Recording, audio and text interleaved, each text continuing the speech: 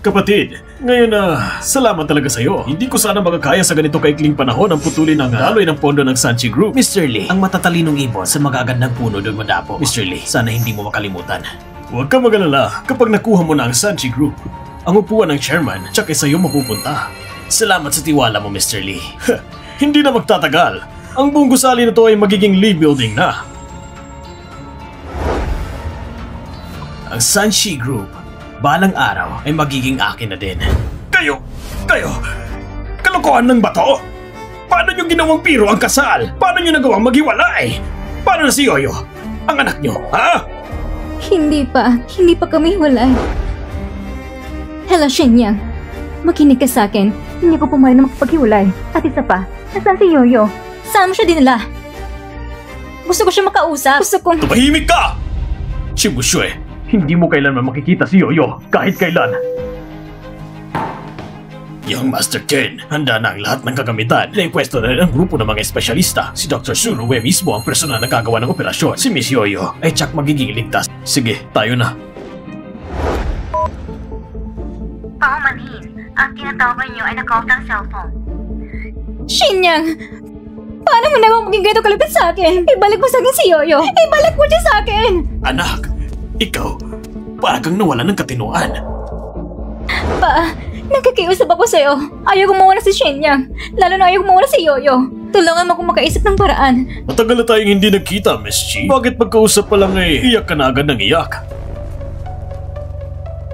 Likaw lang! Huwag ka masyadong mapangapi! Kung nang-aapi talaga ako, anong magagawa mo? Pati ang dating chairman ay narito na rin. Sakto-sakto. Ngayong araw na ito sa harap ng lahat, mag-aanunsyo ako ng isang mahalagang bagay. Mr. Lee, kung may sasabihin ka, sabihin mo na.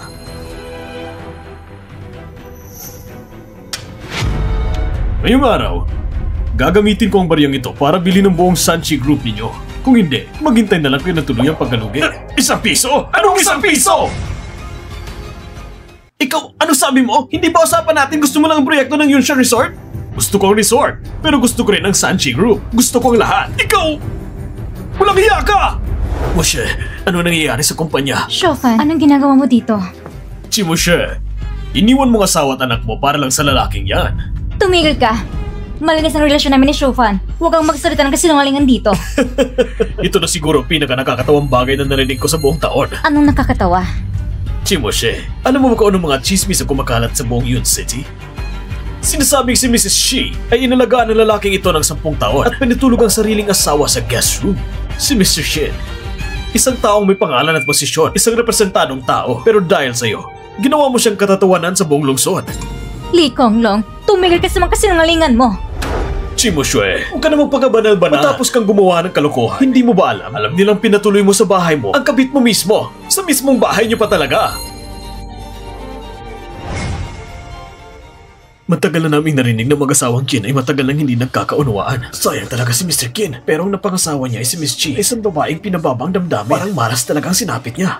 Uy, tama na, huwag ka na magsalita. Hindi. Mushue, huwag kang ganyan. Mali ang pagkakaintindi nila sa'yo. Tama nga, may namamagitan talaga sa dalawang yan. Kawawa talaga si Mr. Shin. Mushue, kahit pa paano, asawa mo pa rin si Shin Yang. Mag-ingat ka sa kinikilos mo sa publiko. At ikaw rin. Lumayo ka sana kung babae. Shufan, kung medyo magaling ng mga sugat mo, ibigyan kita ng posisyon supervisor para masanay ka na sa trabaho. Pa, ano bang dapat kong gawin para may balik niya si Yoyo sa akin? Ang galing mo talaga, Chimoshe. Ikaw talagang babae ka. Akala mo bang isang mababang posisyon ay karapat-dapat para sa akin? Buti na lang at matagal ko nang nilapitan si Mr. Lee bilang kakampi. Chairman, may masamang balita! Maraming kumpanya ang nagkikipagkalas sa kontrata natin. May lumalabas na negatibong balita online tungkol sa Sanchi Group. Bumagsak ang stock price sa iisang digit. Miss Chi, kung hindi mo ibibigay ang kumpanya, maghintay ka na lang sa pagkalugi. Tayo na.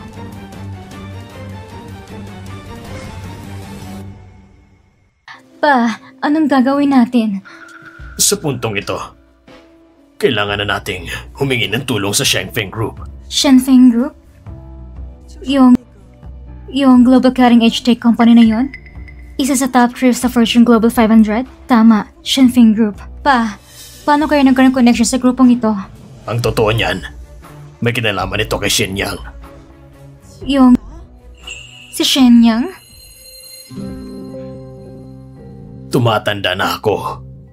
Kaya simula ngayon, ikaw na makipag-ugnayan sa Shenfeng Group. Ang bagay na ito, ikaw nang bahala. Nung panahong iyon, nangampunin ko si Shenyang. Hindi ko alam na ang kanyang ama ay matagal ko ng kaibigan. Siya pala ang chairman ng Shenfeng Group.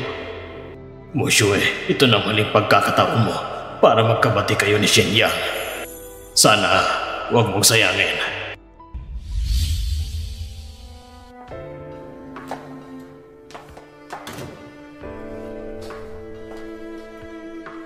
Sabi ni Papa, kailangan ng oras para makipag-ugnay sa Shenfeng Group.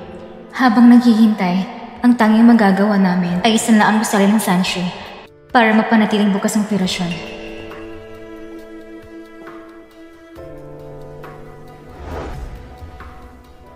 Hindi ko akalaing ganito kahirap magpatakbo ng kumpanya. Sobrang nakakapagod sa isipan at emosyon. Si Shenyang noon, bakit na kaya niya 10 taon? Noon, basta nariyan siya. Hindi mangyayari ang ganitong sakuna. Shenyang, Yoyo, nasana kayo? Miss na miss ko na kayo.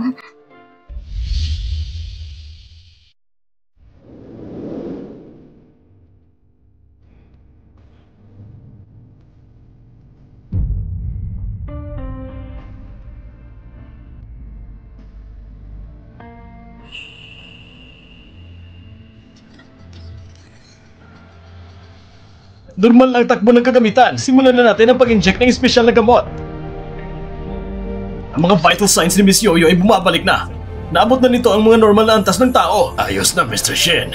Matagumpay ang operasyon. Miss Su, ako'y nagpapasalamat para sa aking anak na babae. Mr. Shen, masyado kayong magalang. Kung hindi dahil sa inyo, nung ako'y nasa pinakamahirap na kalagayan na nag-i-invest sa aking grupo, malamang matagal na nang walang sesa ang aking medical team. Kaya akong dapat ang pasalamat sa inyo. Napakababa ng loob mo. Kapag gumaling na si Yoyo, yayain namin kayong kumain. Meron ka bang ikinababahala? Mr. Shen, hindi ko na itatago pa. Bagamat nakagagal ang gamot kay Binibining Yoyo at ibinalang sa normal ang kalagayan niya, mayroon pa rin itong side effects. Kung nais talaga natin tuloy gumaling si Yoyo, kailangan pa rin natin ng... Kailangan ng ano? Pwede namang ayusin agad.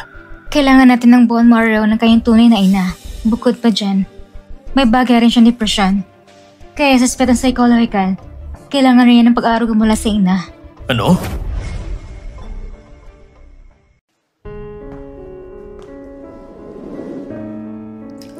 Tatlong araw nang lumipas. Wala pa rin balita kay Shenyang at Yoyo.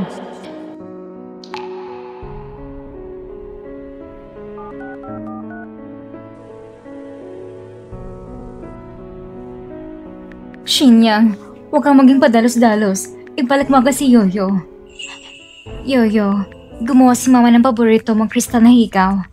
Anak, tulungan mo si Mama magpadala ng mensahe para pabalikin si Papa. Mahal, wala na akong connection kay Shufan. Iiwan mo na si Yoyo, maaari ba? Shenyang, nagkamali ako. Bigyan mo ko na isang pagkakataon para makabawi. Hayaan mo makita ko si Yoyo. Bakit tayo naging ganito? Ayaw kong ganitong mangyari.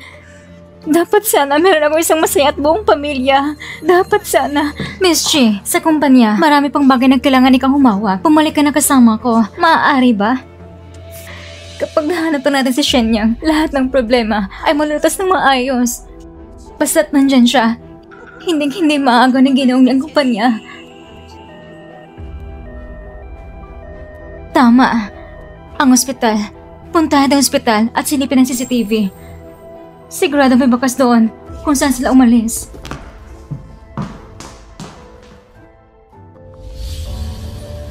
Yoyo, dadaling ka ni Papa sa Hongsheng para magpagamot, okay?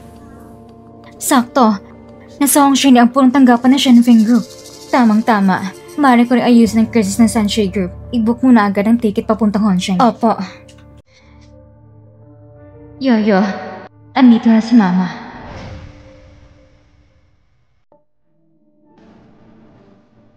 Sa wakas, ang paglayo kay Shimoshe para sa akin at kay Yoyo. Ang tunay na pagpapalaya.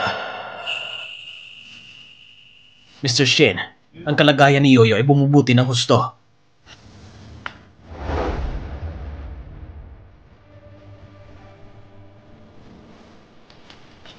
Hindi na magtatagal, ang cute natin si Yoyo ay maaaring mabuhay gaya ng ibang bata, malaya at masaya makakapaglaro.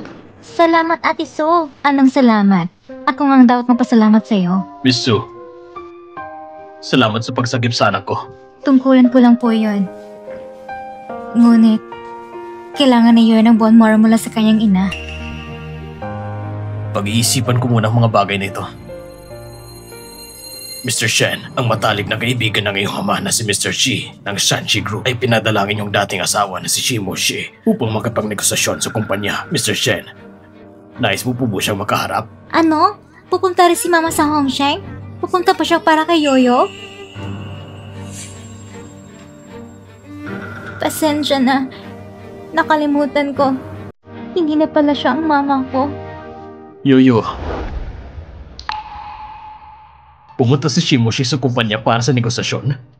Sabi nila, ang kanilang pondo ay nagkaproblema. May utang sila na halos mahigit 300 milyon. Grabe naman. Papa? Shimoshi, inilagay mo sa langanin si Yoyo ng napakaraming beses pero patuloy pa rin siya nag-aalala sa'yo. Yoyo, sa palagay mo ba dapat mang tulungan ni Papa si Mama? Papa, ang Sanshi Group ay bunga ng pawis si Lolo.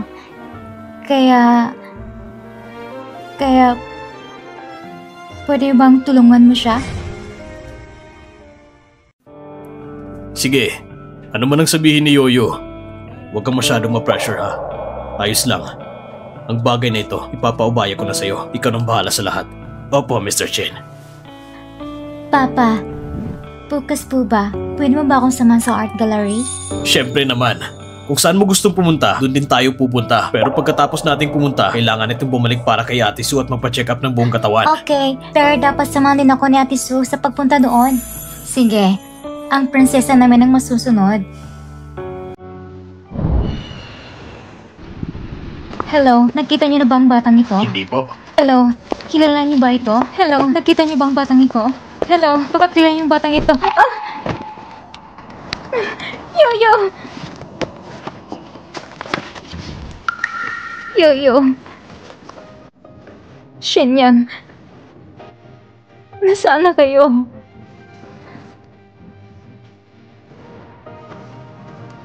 Mama, pwede mo ba akong samahan sa art gallery ngayong weekend?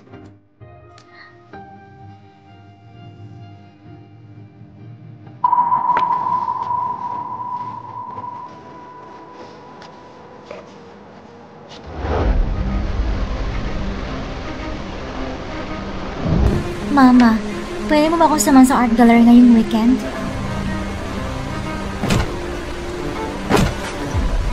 Patawad, Yoyo. Hindi dapat kita pinabayaan. Yoyo, patawarin mo ko. Lumabas ka naman sandali at makita si Mama.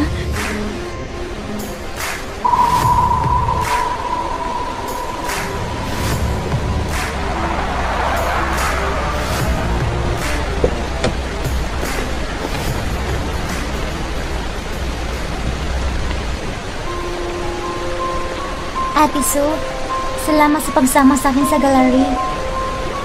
Ang gusto ko sana si Mama kasama ko. Kaya lang... Yoyo?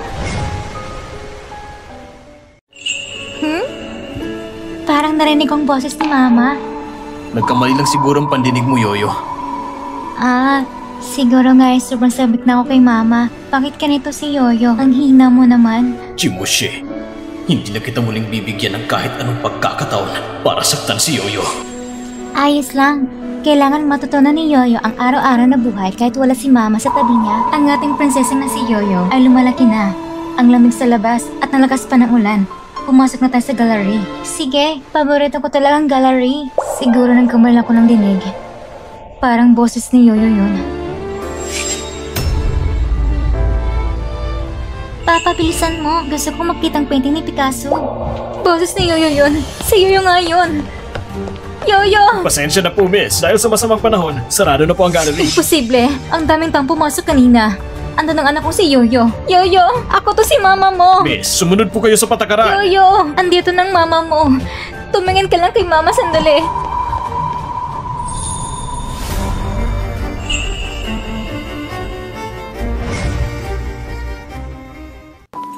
Yoyo, samahan mo muna si ate. Pupunta lang si daddy sa banyo.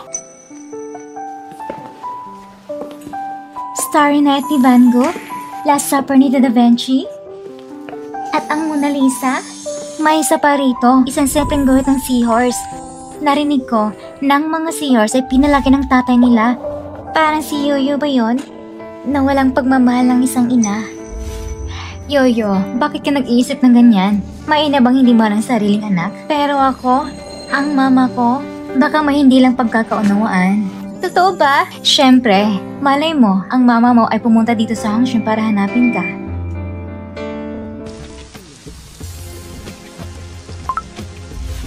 Ipagbigay alam kay Uncle Chi. Sabihin mong kunin na si Shimoshi at pauwi na siya. Opo, Mr. Chin.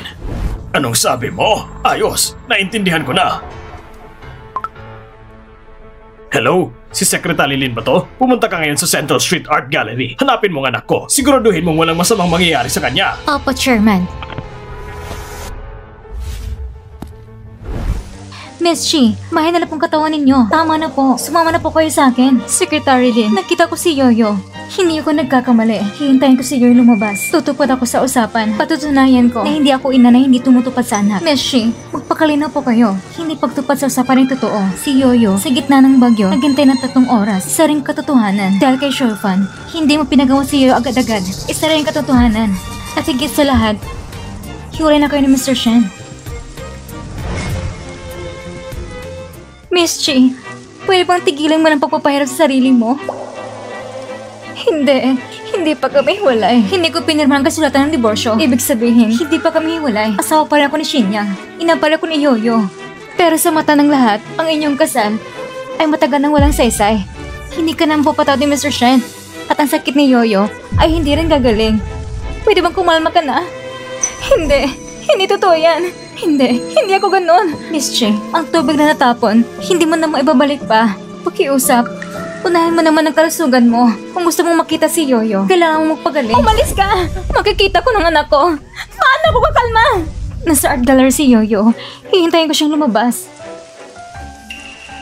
Si Shinyang, ang itsura niyang yun, kabisado ko. Hindi ako maaaring magkamali. Ang boses kanina, si Yoyo yun. Sigurado ako. Buti na lang, buhay pa si Yoyo. Kailangan niya ako mapatawad. Shinyang, papasukin mo ako para makita ko si Yoyo. Pwede ba? Nakikiusap ako sa'yo.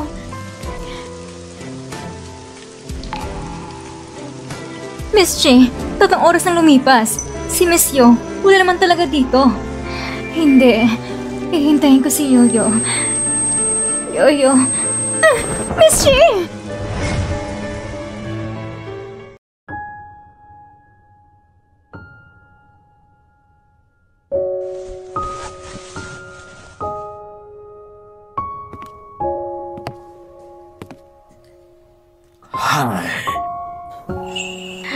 Pa,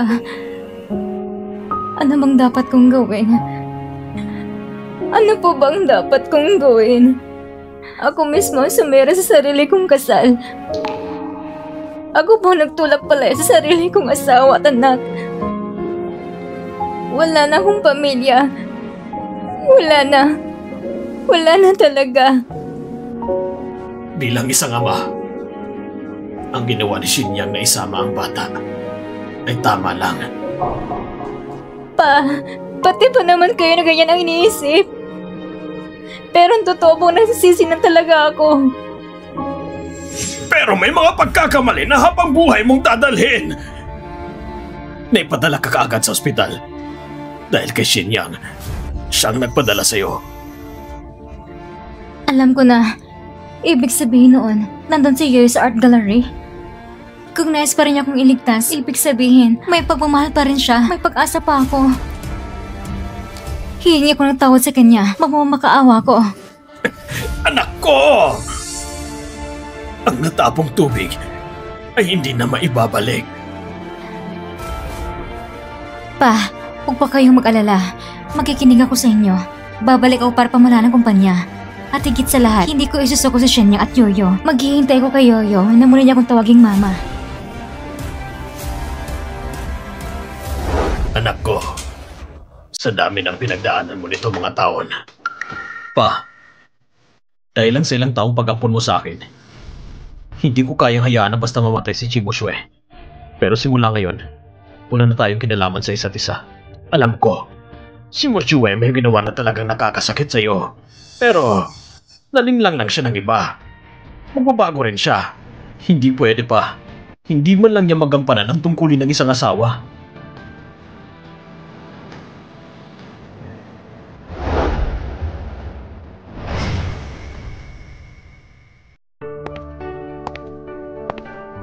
Ginoo, maraming salamat po sa tulong niyo sa Shanji Group. Napakalaking papuri sa inyo, Ginangchi.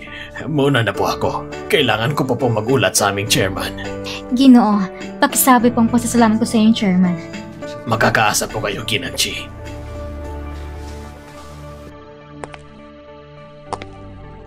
Bilisan mo! Ang bagal-bagal mo naman. Sabi ni Mr. Shem, bisitahin na si Miss Yu sa ospital. Nagpapapaganda lang naman ako para sa ating Little Princess ng Shenfeng Group. Yoyo? Ang Little Princess ng Shenfeng Group? Pa, bakit kayo konektado sa Shenfeng Group? Paano nangyari yun? Ang totoo niyan, may kinalaman ito kay Shenyang. Ibig bang sabihin, si Shenyang bagong chairman ng Shenfeng Group? Sa dami ng taon, palagi kong minamasa si Shenyang. Paano siya magiging chairman ng Shenfeng Group? Tinako ba niya ito sa akin? Hindi ko talaga alam.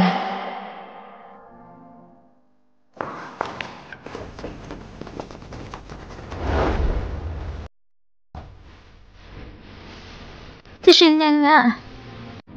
Kaya pala ang Shenfeng Group ay nagbigay ng 3 bilyon para tulungan ang Sanshi Group. Lahat pala ay dahil sa'yo. Shenyang, mahal mo pa rin ako, hindi ba? Yoyo, malapit ka lang sa doon ni Mama. Papa, kailan po ba talaga makalabas si Yoyo?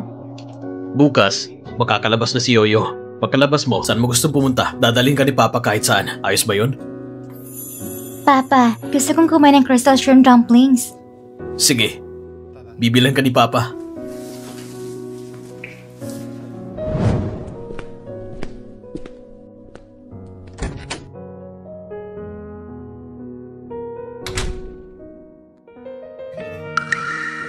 Ayos na ayos.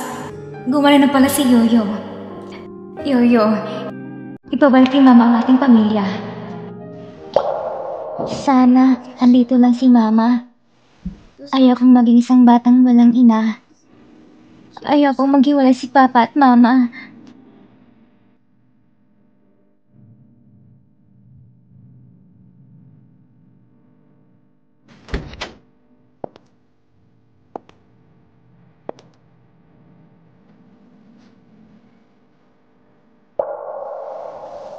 Yoyo.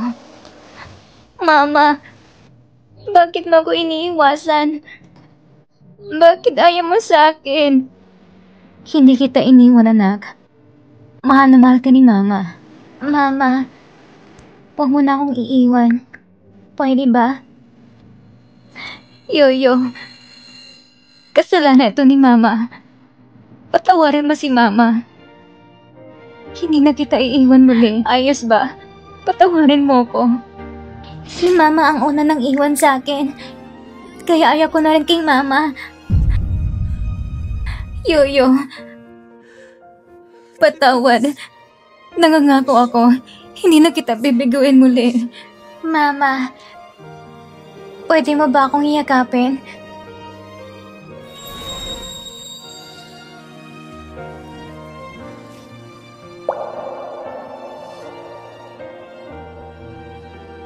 Mama?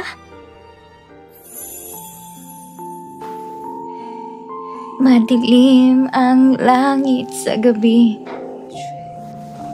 at maliwanag ang mga bituin at lumilipad kasamang mga bituin sa langit lumilipad. Sa wakas, natagpuan din kitang bata ka.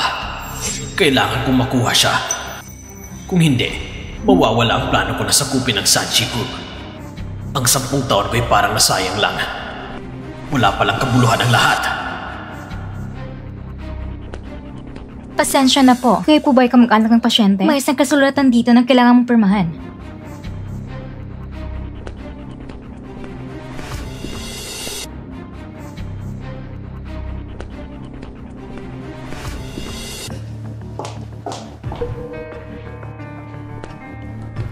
Bata, mamatay ka na!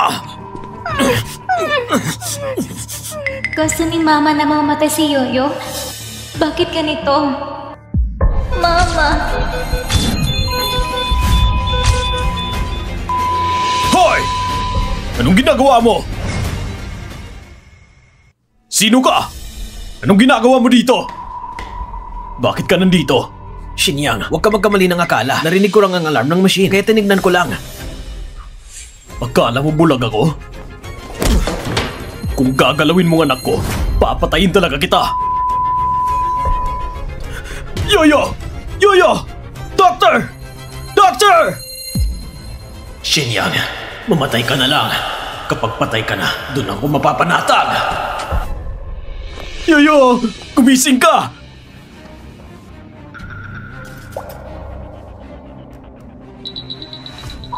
Bilis!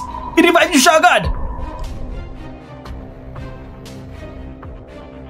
Ikaw bata ka. Mamaya ka na huminga. Mas mabuti pang huwag ka nang magising.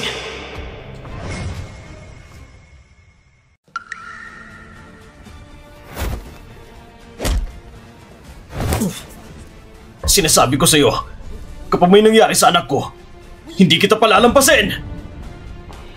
Shinya, ano bang ginagawa mo? Masamang lagay ni Kuya Xiaofan. Pwede bang itigil mo yung kaguluhan mo? Ako pa ang nanggulo? Nakita ko mismo na gusto niyang patayin si Yoyo! Imposible. Si Kuya Xiaofan, mabait siya. Hindi niya kayang saktan si Yoyo. Tiningnan ko lang si Yoyo. Hindi maganda ang pakiramdam ko. Kaya gusto ko sanang humingi ng tulong. Sigurado nagkamali lang ng akala si Shinyang. Shinyang, alam kong ayaw mo kay Xiaofan. Pero wag mo namang gamitin si Yoyo ng paulit-ulit para ilaglag siya. Total, siya naman ang ligtas sa akin. Pwede bang gawin mo na ito para sa akin? Para sa'yo? Ibig mong sabihin, kahit napatay ni Xiaofan si Yoyo, poprotektahan mo pa rin siya? Sinasabi ko sa'yo, hindi na tayo mag-asawa. Magising ka na. Si Shenyang dati, hindi niya ko sinasaktan. Lagi niya ko iniintindi. Mahal niya ako, inaalagaan niya ako, pinaprotektahan niya ako. Pero ngayon... Shenyang, hindi yan ang ibig kong sabihin. Ang gusto ko lang, baka isa lang itong malaking hindi pagkakaintindihan. Wala namang dahilan para mag-away tayo dahil sa ibang tao. Napag-usapan na namin ni Yoyo na gusto pa rin niya kong tawagin akong mama. Ikaw ang nagdala kay Xiaofan dito, hindi ba? Sinong nagbigay ng karapatan na pumunta kayo dito? Ganyan ba gusto mo mangyari kay Yoyo? Hindi ko yung kagustuhan. Mushue, narinig kong lumipad ka agad papuntang Yangsheng. Nag-alala lang ako sa'yo. Kita mo, narinig mo mismo, isa lang itong hindi pagkakaintindihan. Hindi pagkakaintindihan? Isang hindi pagkakaintindihan lang ba ang dahilan para pagtakpan ng isang mamamatay tao? Si Moshe, yung nakahiga sa loob, anak mo pa rin yun! Gising na si Miss Yoyo. Lumayo ka! Kayong dalawa, pwede ba kayong tumigil sa pagpapakita tuwing nakikita kayo ni Yoyo? May masamang nangyayari sa kanya! Mushue, ayos ka lang ba? Kasalanan ko ito. Hindi ko na sana pinuntahan ito. Pero kahit ano pa, Shinyang! Hindi mo dapat itinulak si Mushue! Kung sobrang mahalaga siya sa'yo, isama mo na lang siya. Lumayas kayong dalawa!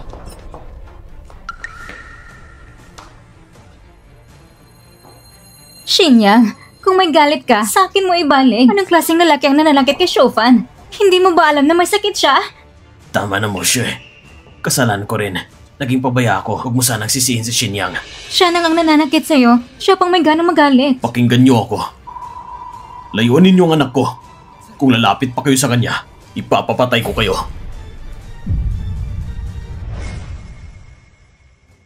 Sa dami ng tanong lumipas, lahat ng sakit na naranasan ni Yoyo, ako may kagagawan. Dapat na ba talagang lumay kay Shenya at Yoyo? Bakit mo ako iniwan? Bakit ayaw mo sa akin? Hindi. Pinangako kay Yoyo na hindi ko na siya iiwan. Hindi ko pwedeng baliin ang pangakong yun. Shufan, umalis ka muna. Chimoshe, wala ka ng halaga kay Shenyang at hindi magtatagal. Mapupunta rin sa akin ang Sanchi Group. Sa panahon yon, pati ikaw mamamatay ka rin.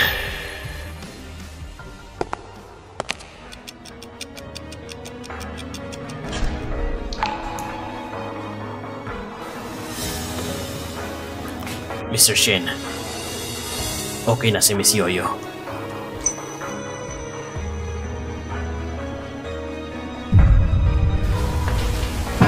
Yoyo.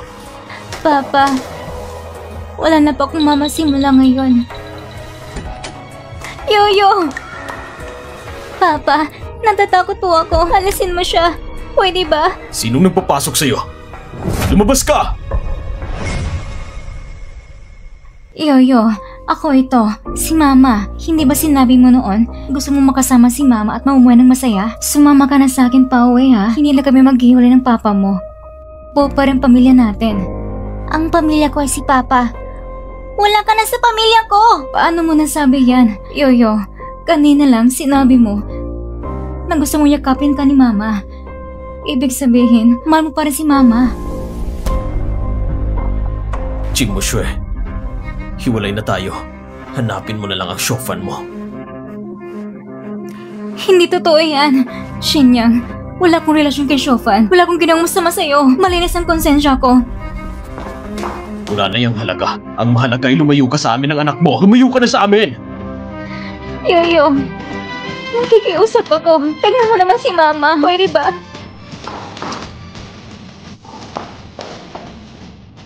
Huwag mong namasaktan ng ganito si Mama.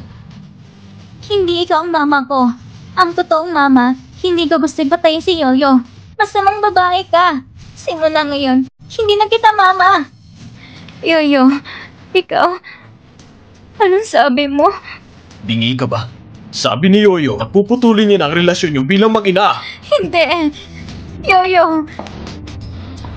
Sumama ka na lang kay Mama. Huwag mo akong itaboy ng ganito. Yoyo. Yoyo.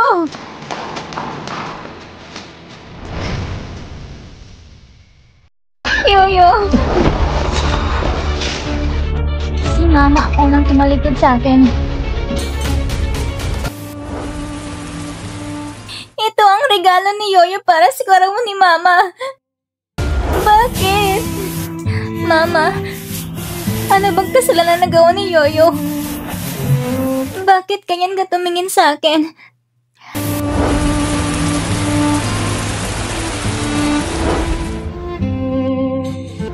Papa, ayaw ko na siyang makita.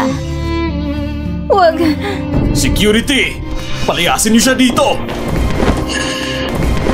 Shenyang! Yoyo! Huwag niyo akong palisin! Shenyang! Yoyo!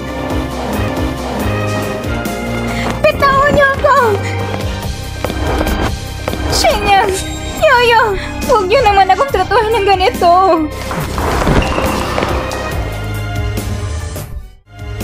Chingmoshue! Gusto mo bang ikaw mismo ang pumatay sa anak mo? Ngayon ko lang naranasang mapalayas. Napakasakit pala. Shenyang, hindi. Mahal ko. Nagkamali ako. Hindi ko dapat ginawa yun sa'yo.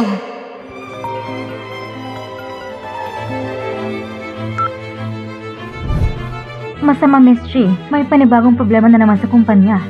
Hindi ko alam kung saan ako nilikon lang ang balitang pinulan tayo ng Shinping Group. Pero inunahan na niya ang pag-atake sa Sanshi Group. Ano? Paano nangyari? Huwag kang mag-alala. Yoyo, hindi ka papabayaan ni Mama.